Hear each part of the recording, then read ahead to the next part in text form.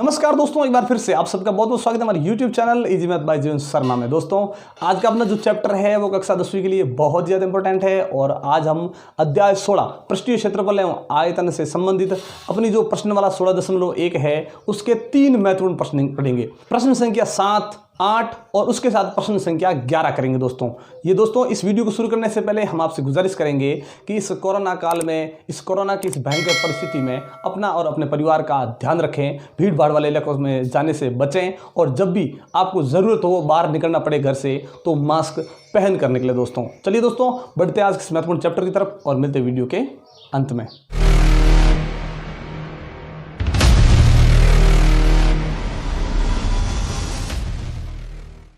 इस प्रश्नमाला के 7वें प्रश्न में दोस्तों लिखा है कि कमरे के वर्गाकार फर्श की भुजा 6 मीटर। जो वर्गाकार फर्श है, या ध्यान रखिएगा, कमरा है उसका केवल फर्श वर्गाकार बोला गया है। ये नहीं कि पूरा कमरा है वो घनाकार है, ऐसी बात नहीं है। केवल फर्श वर्गाकार है और जो वर्ग होता है उसकी सारी भुजाएं समान होती है और जिसमें से एक भुजा का मान 6 मीटर, तो यानी ये चारों की चारों भुजाएं 6-6 मीटर की हो जाएगी। और हमें लिखा है आगे कि कमरे में हवा का जो आयतन 180 घन मीटर है। कमरे के अंदर जो हवा, अंदर की जो जगह होती है उसे क्या कहते हैं? आयतन ही कहते हैं। और ये लिखा है 180 घन मीटर। लेकिन हमें पूछा है कि कमरे की ऊंचाई ज्ञात कीजिए। हमें यहाँ पूछा गया है कमरे की ऊंचाई, वो ऊंचाई हमें ज्ञात करनी है। कैसे करेंगे ज्ञात? देखिए आराम से करेंगे, ठीक है। तो अब हमें ये करना है दोस्तों कि भाई यहां जब तक सारी भुजाओं के मान पता ना हो हम और तो कोई ज्ञात कर नहीं सकते। लेकिन ये आयतन, ये तो भुजा नहीं है, तो ये आयतन वैसे का वैसा ही रहेगा।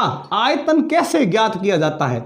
तो आयतन का सूत्र होता है लंबाई इंटू चौड़ाई इंटू ऊंचाई। आयतन मतलब मुख्य 3 भुजाओं का गुणा ही आयतन होता है। तो 180 का 180 रहेगा, लंबाई 6 मीटर, चौड़ाई 6 मीटर। लिखा है ना वर्गाकार फर्श की भुजा, तो भुजा ही तो होती है लंबाई और चौड़ाई, और इसमें ऊंचाई नहीं होती क्योंकि फर्श और छत के अंदर ऊंचाई का कोई मान नहीं होता है, लंबाई और चौड़ाई का मान होता है। लंबाई चौड़ाई दोनों समान होगी।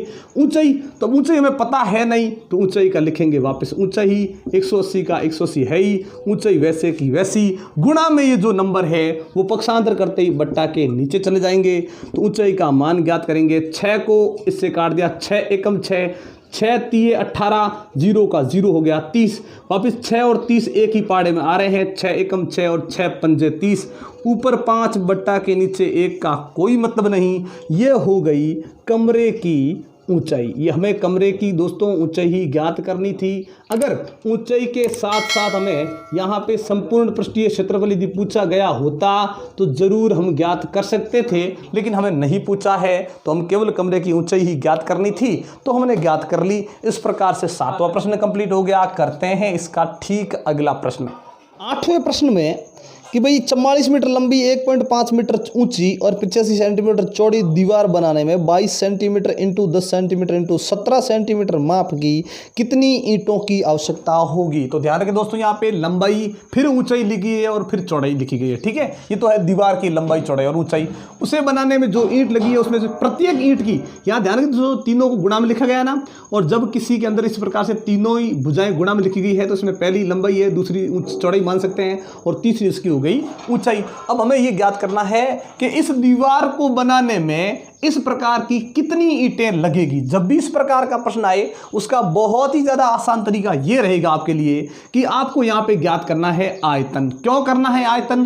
क्योंकि जो भी ईंट लगेगी वो दीवार के अंदर लगेगी और दीवार का जो भी अंदर वाला पूरा भाग होगा वो उसका आयतन होगा। ध्यान रखिएगा, आयतन हो जाएगा। तो यहां देखते हैं हम भुजाएं पहले कि यहां पे देखो 44 मीटर है, 1.5 ये भी मीटर है और ये सेंटीमीटर, और ये तीनों मान भी सेंटीमीटर है। इस पूरे प्रश्न के अंदर देखते हैं तो 4 ऐसे मान मिलेंगे वो जो सेंटीमीटर में हैं और 2 ऐसे मान हैं जो मीटर में मिलेंगे। तो क्या करेंगे हम इन दोनों मीटर को सेंटीमीटर में चेंज कर देंगे। कोई ज्यादा बड़ा काम आपके पास नहीं है, छोटा सा काम है, आपको ये करना है। क्या करेंगे कि 44 का 44 लिख के ये जो मीटर है उसे सेंटीमीटर बनाएंगे। ये 100 सेंटीमीटर, मीटर का मतलब 100 सेंटीमीटर होता है। करेंगे गुणा, ये हो गया दोस्तों 4400 सेंटीमीटर। इस प्रकार से चेंज कर दिया। ऊंचाई ये 1 2.5 गुणा मीटर के स्थान पर आ जाएगा दोस्तों 100 सेंटीमीटर। मीटर मतलब 100 सेंटीमीटर होता है। अब सरल करेंगे तो दशमलव हटेगा, बट्टा के नीचे कितना आ जाएगा 10। ध्यान रखिएगा, पॉइंट हटाया, पॉइंट के पीछे अगर एक अंक है तो एक जीरो वाली संख्या, और 2 अंक होते तो 2 जीरो वाली संख्या, मतलब 100 लगा देते। अब ये हर और अंश में जीरो कट जाएगा। 15 को 10 से गुणा कर देंगे 150, और ये सेंटीमीटर का सेंटीमीटर। अब सारी भुजाओं के मान है वो सेंटीमीटर में है, तो अब हम आराम से ज्ञात कर सकते हैं दीवार में लगाई गई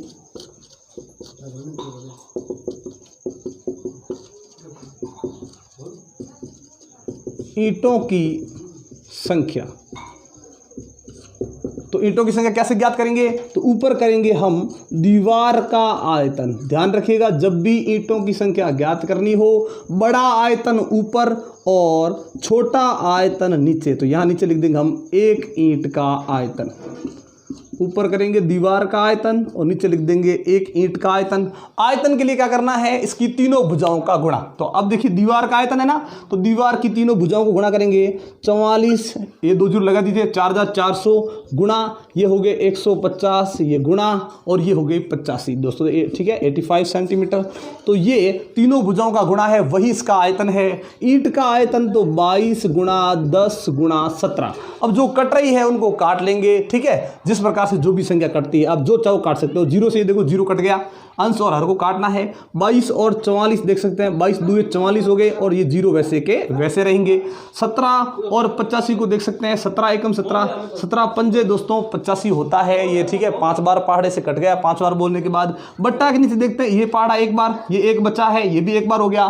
बट्टा के नीचे एक का कोई मतलब नहीं है। ऊपर देखते हैं हम 200, ये 15 और ये 5, सबको आपस में गुणा कर देते हैं। तो देखिए दोस्तों 15 को 200 से गुणा करते हैं, ये हो गए 3000। 15 दूनी 30, जीरो वैसे वैसे 3000, 3000 को 5 से गुणा कर देते हैं, ये हो गया दोस्तों 15000। यानी ईंटों की आवश्यकता होगी कितनी ईंटें, 15000। ये अगर दीवार बनानी है तो इस तरह की जो ईंटें लगेगी, वो कितनी ईंटें लगेगी दोस्तों, 15000। तो इस प्रकार से हमारा ये 8वां प्रश्न कंप्लीट हो गया है। इसी 8वें प्रश्न पर आधारित दोस्तों इसी प्रश्नमाला का 11वां प्रश्न रहेगा, और वो 11वां प्रश्न है वो आपको मोबाइल स्क्रीन पर नजर आ रहा है। इस प्रश्न को देखकर आप जरूर मिलान कीजिएगा, ये इस 8वें प्रश्न की तरह ही होगा। दोस्तों आज की वीडियो आपको कैसी लगी ये हमें कमेंट बॉक्स में लिखकर जरूर बताइए, अगर अच्छी लगी तो लाइक और शेयर कर दें। दोस्तों एक बार फिर से आप सबका बहुत बहुत धन्यवाद हमारे चैनल को सब्सक्राइब करने के लिए और हमारी वीडियोस को लगातार